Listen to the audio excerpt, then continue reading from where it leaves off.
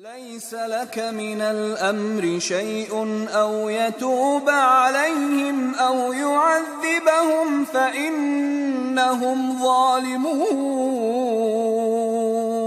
ولله ما في السماوات وما في الأرض يغفر لمن يشاء ويعذب من يشاء والله غفور رحیم۔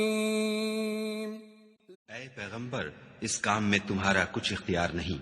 اب دو صورتیں ہیں، یا خدا ان کے حال پر مہربانی کرے یا انہیں عذاب دے کہ یہ ظالم لوگ ہیں، اور جو کچھ آسمانوں میں ہے اور جو کچھ زمین میں ہے سب خدا ہی کا ہے، وہ جسے چاہے بخش دے اور جسے چاہے عذاب کرے، اور خدا بخشنے والا مہربان ہے۔